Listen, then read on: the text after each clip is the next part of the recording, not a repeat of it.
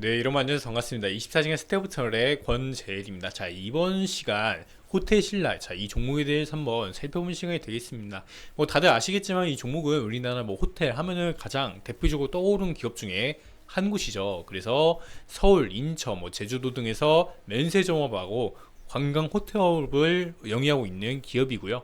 그래서 1991년도에 상장한 기업인데 차트상으로는 2004년도부터 해서 지금까지 계속 우상향한 이후로 2015년도를 기점으로 해서 기간 조정과 이런 수렴 형태로 해서 가격이 전개되고 있는 종목이라고 보시면 되겠습니다. 자, 매출액이나 이런 거의 성장은 계속해서 진행되어 왔지만 현재는 어느 정도의 이제 매출액이 계속해서 유지되면서 진행되고 있는 종목이다라고 일단 보시면 될 것 같습니다. 그래서 자, 이러한 종목인데 최근에 이제 반등 이후에 조정 흐름이 펼쳐지고 있습니다. 자, 이 조정이 왜 나온 건지 살펴봐야겠죠. 그래서 보시다시피 일단은 코스닥은 하방으로 꺾인 모습이고, 자, 상승이 시작되었던 이 추세 라인 지금 현재 깨지면서 하락 전환한 모습 보여주고 있습니다. 마찬가지로 코스피도 마찬가지로 올해 반등은 일어났지만 부진한 흐름 보여주고 있고, 이 나스닥도 이제 AI나 이런 게 강세를 보이면서 올라간 주가가 있는데 지금 현재는 하락으로 반전된 모습들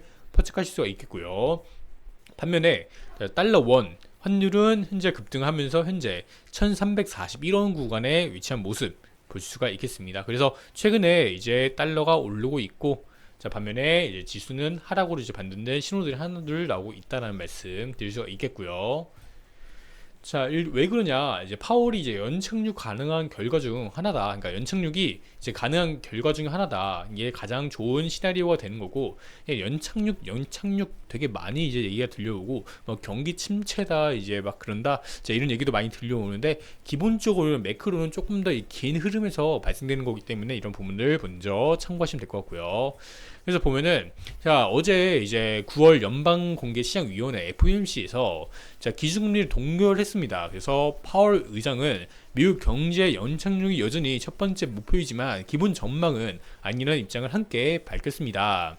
자, 그래서 연착륙이 주요 목표라며, 자, 이게 가장 지금 노력해온 것이지만 현재 연착륙이 안 될 수도 있기 때문에, 자, 이게 너무 무리하지 않았으면 좋겠다. 그러니까 가능한 결과는 최선이다. 이렇게 얘기를 했습니다. 그래서 이 연착륙이라는 게 사실 경기 침체를 일으키지 않을 정도 견제를 둔화시키지 않으면서 인플레이션을 냉각시킬 만큼만 금리를 인상하는 성공적인 긴축 사이클을 의미한다라고 이렇게 얘기했는데요.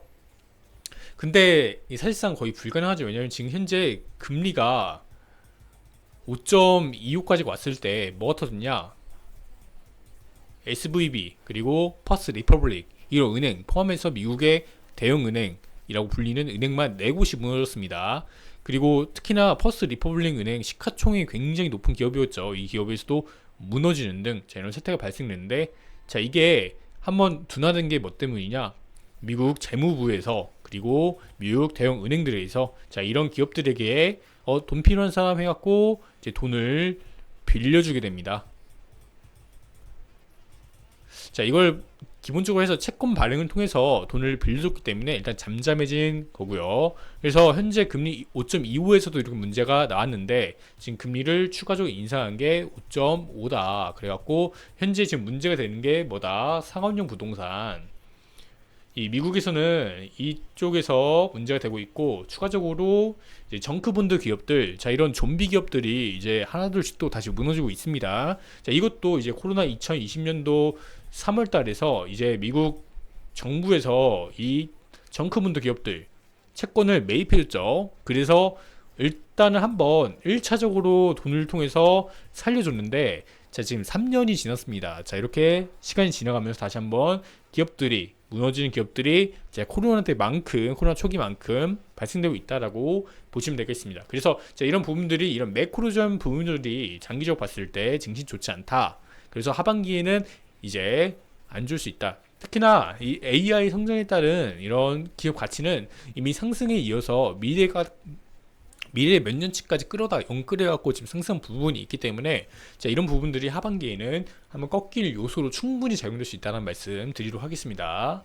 자, 이런 과정 속에서 그러면 신라호텔 그러면 올라가냐 내려가냐 그럼 결국 어쩌란 거야 잠깐 이런 말씀하실 수 있는데 그래서 그 결론부터 말씀드리면 일단 조정은 일단 나옵니다. 조정 추가로 나올 수 있고 단기적으로는 일단은 이 박스권 하단 레벨이기 때문에 수급은 한 채 들어올 수 있습니다. 저는 과정 속에서 이 구간 이탈해 갖고 하방 찍고 그 다음에 다시 한번 이렇게 올라갈 수 있는 부분이 있기 때문에 이런 부분들 체크하는 게 좋겠다는 말씀을 드리는 겁니다. 미리미리 이렇게 기업 분석해놔야지 딱 때가 왔을 때 이거를 딱 낚아챌 수 있기 때문에 자, 이런 부분들 있다는 거고요. 신라호텔 보면은 신라, 모노그램, 다낭, 글로벌 여행업계 오스카상 수상했다. 자, 그만큼 신라호텔 자 좋다. 이 신라 모노그램이라고 있고 다낭이 있는 이런 전경이라고 하네요. 자, 완전 역시 신라 좋습니다. 그래서 뭐 이런 뭐 상을 수상했다 뭐 이런 거고요. 그래서 유안타 증권에서 나오기로는 이 신라호텔의 이제 중국 단체 관광 효과 4분기부터 이제 목표 주가 18% 상향한다.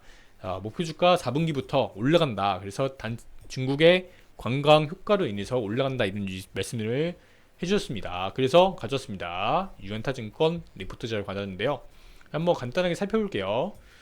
그래서 일단은 단체 관광객 효과는 4분기부터 발생된다. 그래서 매출액 성장이 더욱더 증가될 것이다. 자, 이런 말씀을 해주신 것 같네요. 살펴보면 2023년도 3분기 영업이익은 시장 기대치를 하회할 것으로 전망되었는데요. 자, 2023년도 3분기 매출액은 1조 260억 원. 그래서 마이너스 2.24%의 전년도 동기보다 하락했다. 그래서 3분기가 전년 동기 때보다 하락한 모습. 그리고 영업이익 또한 영업이익은 증가했네요. 630억 원이 증가했습니다. 그래서 시장 기대치보다 하할 것으로 예상된다라는 얘기 뭐 이런 얘기 들려오고 있고 3분기 성수기를 맞이하면서 면세점 업계 전반적으로 프로모션이 실시된 효과로 2분기 대비 영업이익률은 하락할 것으로 전망된다고 합니다. 그래서 일단 3분기에는 이랬지만 4분기부터는 외형 성장이 발생될 것이다 라는 말씀을 주셨네요. 그래서 보시면 8월 중국 단체 관광객 방한 허용 소식에 이러한 정책적인 변화로 인해서 주가가 긍정적으로 작용했다 라고 판단한 이 근거이고요. 그래서 현재 중국 단체 관광객들이 동사 면세점을 방문하고 있으나 아직 급증한 단계는 아니다라면서 유의미한 매출 성장을 연휴 기간인 중국 중추절 해갖고 9월 29일부터라고 합니다.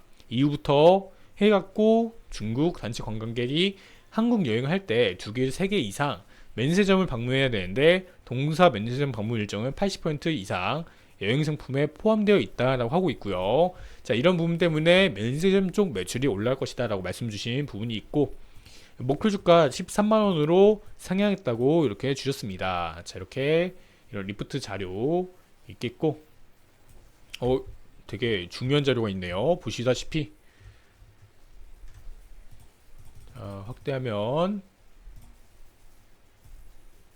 자, 이 자료입니다. 신라호텔 주 이벤트라고 해서 와, 이거 완전 정성 자료인데 이런 이벤트에 따라서 이제 가격이 좀 많이 움직인 모습들 보여주고 있습니다. 그래서 이제 이 구간부터 중국 관광객 방한이 허용되면서 이제 호텔 관련주 자 이런 주가들에서 급등이 다 일어났습니다. 파라다이스도 한번 올라갔고 자 지금 현재 신라호텔도 한번 수급을 받아서 올라가고 있는 모습들 보여주고 있고요.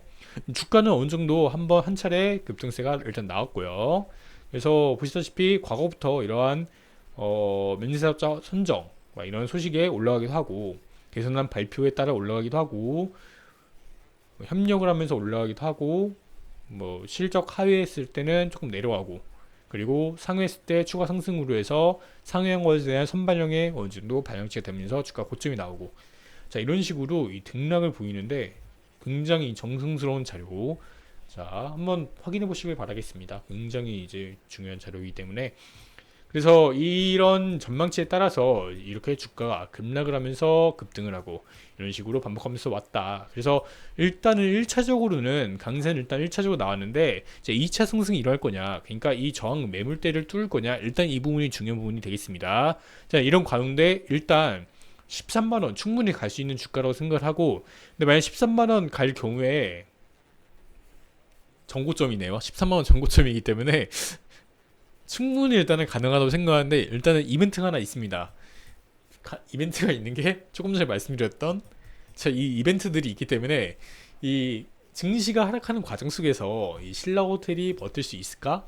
기업 자체는 굉장히 훌륭하고 또 이 매출액 성장도 일어날 것이지만, 자, 이런 과정 속에서 증시가 하락하는데 얘가 증시 하락에도 불구하고 올라갈 수 있는 기업이 될 것인가 라고 생각을 해볼 필요가 일단 있겠고, 자, 그렇게 일단 생각을 했을 때 한 번 더 추가적인 조정 이후에 상승할 수 있는 부분이 있지 않겠나라는 말씀 드려볼 수가 있겠습니다. 그래서 좀 더 장기적 봤을 때는 충분히 만약에 수렴한 다음에 이 상방으로 만약 돌파가 나오게 된다면, 자, 그때부터는 이 구간 충분히 뛰어넘는 상승이 나오지 않을까라는 부분이 있겠고요. 그래서 이러한 부분들 한 번씩 체크해보자 라는 취지로 가져오게 되었습니다. 결국에 경기가 이제 좀 많이 어려운 과정 속에서는 이제 그런 과정 속에서도 이제 면세 사업이나 아니면은 이제 호텔도 조금 이제 돈이 있는 사람들이 많이 가기 때문에 이런 부분에서 매출이 조금 줄어들더라도 점점 기업의 이제 내용적인 이런 성장으로 인해서, 내부적인 성장으로 인해서 좀 이제 올라갈 수 있는 부분도